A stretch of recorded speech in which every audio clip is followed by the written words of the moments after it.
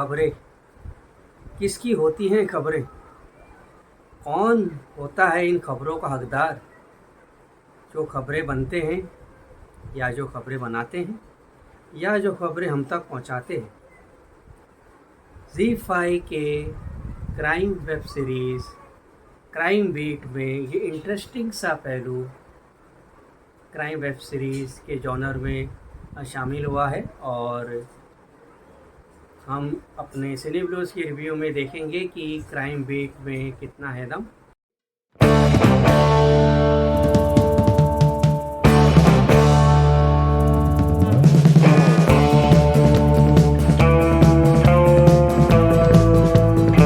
नमस्कार, मैं आपका अपना विशाल वर्मा और सिने ब्लूज़ के क्राइम बीट के रिव्यू में आप सबका स्वागत है।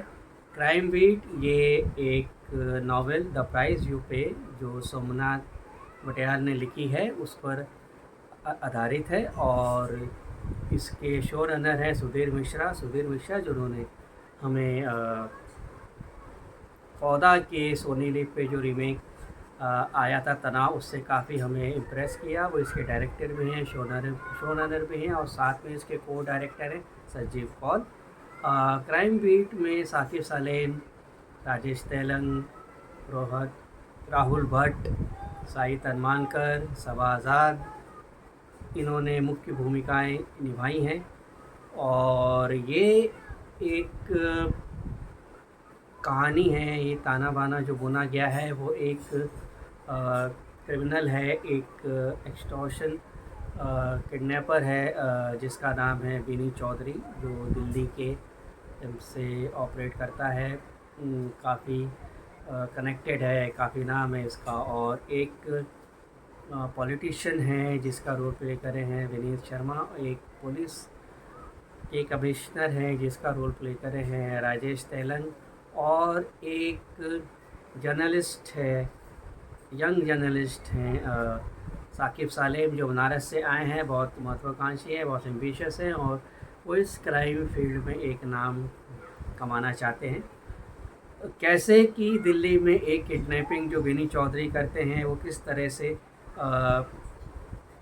इन सब को एक साथ जोड़ती है और कैसे इन सब के तार एक साथ जोड़ते हैं, किस तरह से भी बाहर एक ऐसा खुलासा होता है जो हम सबको चौंका देता है।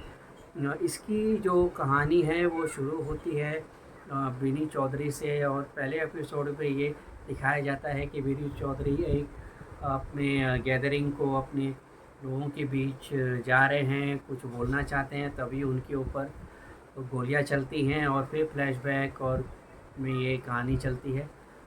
किस तरह से करप्शन, क्राइम और इसमें जो एक एडिड जो फ्लेवर है वो मीडिया का इसके अंदर ऐड किया, किस तरह से मीडिया खबरें को बनाती हैं, किस तरह से खबरें वो छुपाई जाती है, किस तरह से आधा सच दिखाया जाता है। तो मीडिया की जो ये कड़वी सच्चाई है वो सामने लाने की कोशिश की है। कुछ हद तक उन्होंने काफ़ी जो होता रहा है, हो रहा है और आगे भी चलेगा, जो मीडिया में जो चलता है, जो उसे दिखाने की कोशिश इन्होंने की है।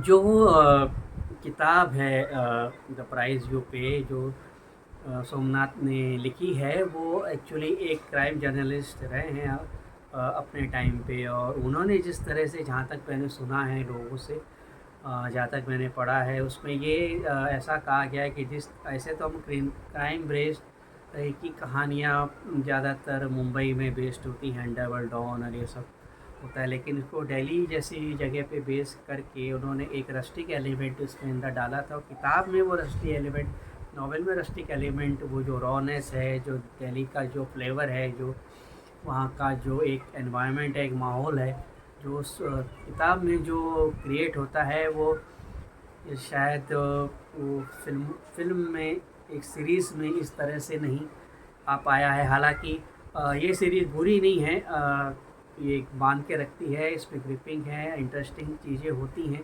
लेकिन चलते चलते ऐसा लगता है कि चीज़ें हो रही हैं क्योंकि इन्हें होना चाहिए और एक के बाद एक कड़ियाँ जुड़ती हैं, बहुत बड़ी आसानी से कड़ियाँ जुड़ जाती है, सब कुछ ऑब्वियस सा लगने लगता है। और ये जो पाथ है अभिषेक का वो बहुत ही ईज़ी इसके अंदर लगता है कि उनको बैठे-बैठे चीज़ें मिलती जाती हैं, बहुत आसानी से उनको सब चीज़ें मिलती हैं, सनसनी फैलाना शुरू करते हैं, टीवी तक पहुंच जाते हैं। और एक और इंटरेस्टिंग कैरेक्टर इसके अंदर आमिर का है, जो एक एक्सप्रेस जैसे बड़े पेपर में वो एक एडिटर हैं, और वो किस तरह ऐसे बाहर बाहर के एक जामा उन्होंने पहन पहन रखा है कि वो काफ़ी सीरियस ऑनेस्ट जर्नलिस्ट हैं, लेकिन अंदर से उनके अंदर भी क्या काला छुपा है, वो अंदर से कितने ईमानदार हैं, ये भी इस बात को उजागर करती है। जैसे कहते हैं ना कि आप ईमानदार जब तक हैं जब तक आप पकड़े नहीं जाते। तो इन चीज़ों को, ये चीज़ें उभर के अच्छी तरह से सामने आती हैं। जर्नलिज़्म की के ऊपर जो मोरालिटी की जो बातें हैं वो हमने बहुत जगह देखी हैं, इस पे भी देखी गई हैं। तो ये थोड़ा सा हमें असर तो करता है, लेकिन जो प्लॉट है बहुत ही आसानी से लिया गया है। इसमें से लिबर्टीज़ बहुत हैं इसके अंदर, और ये ऐसा लगता है कि बहुत कुछ आसानी से हो रहा है, बहुत कुछ इजीली हो रहा है। ये इसका सबसे बड़ा ड्रॉबैक है। हालांकि ये एंगेजिंग है, इंटरेस्टिंग है, और अगर आप ज़्यादा लॉजिक नहीं लगाएं तो इसे आप एंजॉय भी कर सकते हैं। जहाँ तक इसके परफॉर्मेंस का सवाल है, तो परफॉर्मेंस इसकी सबसे बड़ी खूबियाँ है। साकिब साले ने बहुत अच्छा काम किया है। दानिश हुसैन बहुत अच्छे कलाकार हैं, उनका भी काम काफ़ी अच्छा है। राजेश तेलंग अपने काम में काफ़ी कुछ अच्छा कर जाते हैं। विनीत शर्मा का काम काफ़ी अच्छा है। साहिद हनुमानकर का छोटा सा रोल है, वो अपने रोल में ठीक ठाक है। सबा आज़ाद का रोल काफ़ी अच्छा है, उन्होंने भी काफ़ी अच्छा काम किया है। लेकिन जो सबसे सबसे ज़्यादा जो इम्पैक्ट छोड़ते हैं वो हैं राहुल भट्ट। बेनी चौधरी की भूमिका में वो छा जाते हैं। उनके रहने से जो भी खामियां हैं वे काफ़ी हद तक पूरी भी होती हैं, और वो इस पूरे वेब सीरीज़ की जान है। वो इसमें एक एंटागनिस्ट हैं, उसके अंदर उनको विलेन करके दिखाया गया, लेकिन उनका जो शेड है, उनकी जो बात है, वो भी सामने रखने की कोशिश की है। तो परफॉर्मेंस की वजह से और इंटरेस्टिंग ट्विस्ट एंड टर्न्स की वजह से, और एक जो मोरालिटी डिबेट है मीडिया का, उसको लेके ये सीरीज़ एक देखने लायक सीरीज़ हो सकती है अगर आप दिमाग ज़्यादा ना लगाएं तो। मैं इसे दूंगा 3 स्टार। और यही आपसे कहूँगा, इस तरह से क्राइम सीरीज़ अगर आप बिना उम्मीद के देख रहे हैं तो आपको शायद ये पसंद आएगा। अगर आपने ये सीरीज़ देख ली है तो हमें प्लीज़ लिख के बताएं कि आपको कैसे लगी। हमारा चैनल फॉलो करें, और आपने नहीं देखी है तो देखें, और हमें कमेंट करें, हमें सपोर्ट करें, और हमें सहारा दें, ताकि हम एक ऑनेस्ट रिव्यू आपके सामने हर बार लेके आ सके। तब तक के लिए मैं आपका विशाल वर्मा आपसे इजाज़त चाहूँगा। खुश रहें, आबाद रहें, अपना ख्याल रखें और अपनों का ख्याल रखें। Goodbye, thank you.